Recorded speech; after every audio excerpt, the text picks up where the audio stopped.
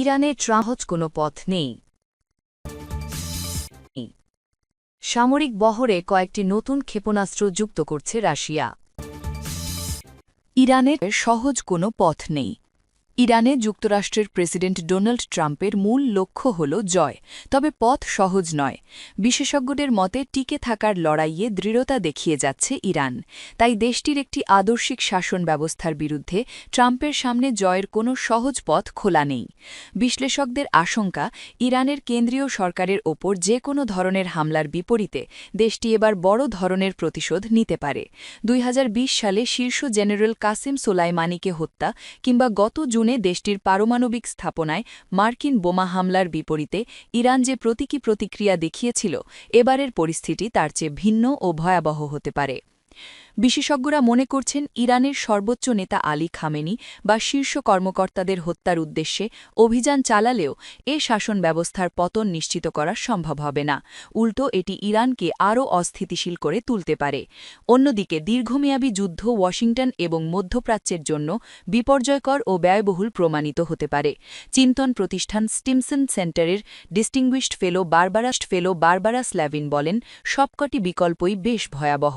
তিনি আরও বলেন, শাসক গোষ্ঠী যখন দেখবে তাদের পিঠ দেয়ালে ঠেকে গেছে, তখন তারা এই অঞ্চলে থাকা মার্কিন বাহিনী এবং তাদের মিত্রদের ওপর ভয়াবহভাবে চড়াও হতে পারে। চলতি বছরের শুরু থেকে ইরান জুড়ে সরকার বিরোধী বিক্ষোভ শুরু হলে ইরানের সরকার তা কঠোরভাবে দমন শুরু করে।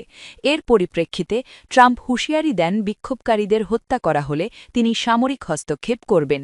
2 সপ্তাহ ধরে ট্রাম্প বেশ কয়েকবার বিক্ষোভকারীদের আশ্বস্ত করে বলেছিলেন, সহায়তা আসছে, তবে আন্দোলনকারীদের ওপর তেহরানের কঠোর দমনপীড়ন থামেনি। ইরানে বিক্ষোভের তীব্রতা আপাতত কিছুটা কমছে, তবে বিশেষজ্ঞরা সতর্ক করে বলছেন, সংকট এখনও কাটেনি এবং পরিস্থিতির দ্রুত পরিবর্তন হতে পারে। যে কোনো সময় বিক্ষোভের আগুন আবারও জ্বলে উঠতে পারে। অন্যদিকে ট্রাম্পও এখন পর্যন্ত সামরিক হস্তক্ষেপের পথ থেকে পুরোপুরি সরে আসেননি। তবে বিশেষজ্ঞরা বলছেন, ইরানের জন্য দ্রুত কোনো সামরিক বিজয় অর্জন করা প্রায় অসম্ভব। স্টিমসন সেন্টারের বারবারা স্ল্যাডেন বলেন, ইরান আর ভেনেজুয়েলা এক নয়। 2020 সালের জুনে পারমাণবিক স্থাপনায় হামলার পর তেহরানের প্রতিক্রিয়া ছিল অনেকটা সংযত। কাতারের আল উদেইদ ঘাঁটিতে কয়েকটি মিসাইল ছড়লেও তাতে কোনো মার্কিন সেনার প্রাণহানি হয়নি। কিন্তু বিশ্লেষক ত্রিতা পার্সি মনে করেন, ইরান এখন এমন এক অবস্থানে পৌঁছেছে যে তারা হয়তো আর ওয়াশিংটনের সঙ্গে বড় সংঘাত এড়ানোর নীতিতে অটল থাকবে না।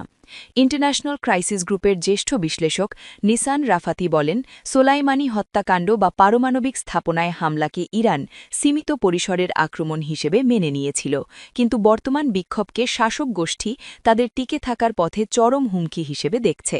এই পরিস্থিতিতে আমেরিকার যে কোনো ছোট হামলাও তেহরানকে বেপরোয়া সিদ্ধান্তের দিকে ঠেলে দিতে পারে। সামরিক বহর ক্ষেপণাস্ত্র যুক্ত করছে রাশিয়া। রাশিয়ার বিমান বাহিনী তাদের বোমারু বিমান বহরের জন্য অত্যাধুনিক ক্রুজ মিসাইল এবং হাইপারসনিক ক্ষেপণাস্ত্রের এক নতুন ভাণ্ডার নিয়ে হাজির হচ্ছে। সাম্প্রতিক এক প্রতিবেদনে জানা গেছে, রুশ এরোস্পেস ফোর্সেস বা ভিকেএস 3টি নতুন ধরনের আকাশ থেকে উৎক্ষেপণযোগ্য ক্ষেপণাস্ত্র যুদ্ধের ময়দানে মোতায়েন ও পরীক্ষার জন্য প্রস্তুতি নিচ্ছে। এই নতুন সমরাস্ত্রগুলো রাশিয়ার কৌশলগত সক্ষমতাকে বহুগুণ বাড়িয়ে দেবে বলে ধারণা করা হচ্ছে।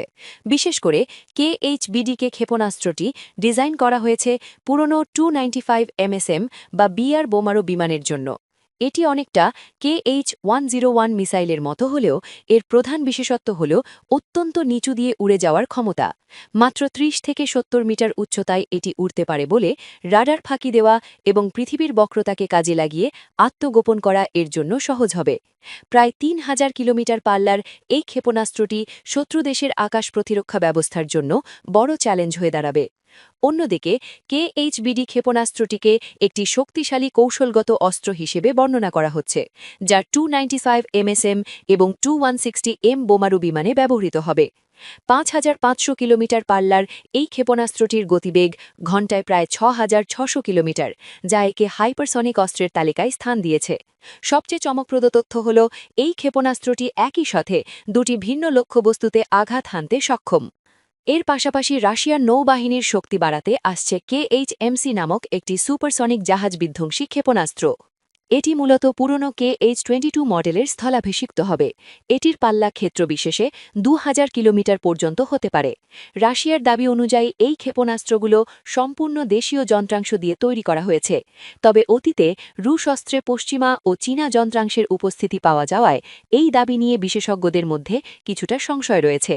এই নতুন মারণাস্ত্রগুলো বহন করার জন্য রাশিয়া তাদের পুরনো বোমারু বিমান বহরকে আধুনিকায়ন করছে। Tu-95 এবং Tu-160 এর মতো বিমানগুলোকে নতুন সরঞ্জাম ও প্রযুক্তিতে সজ্জিত করা হচ্ছে।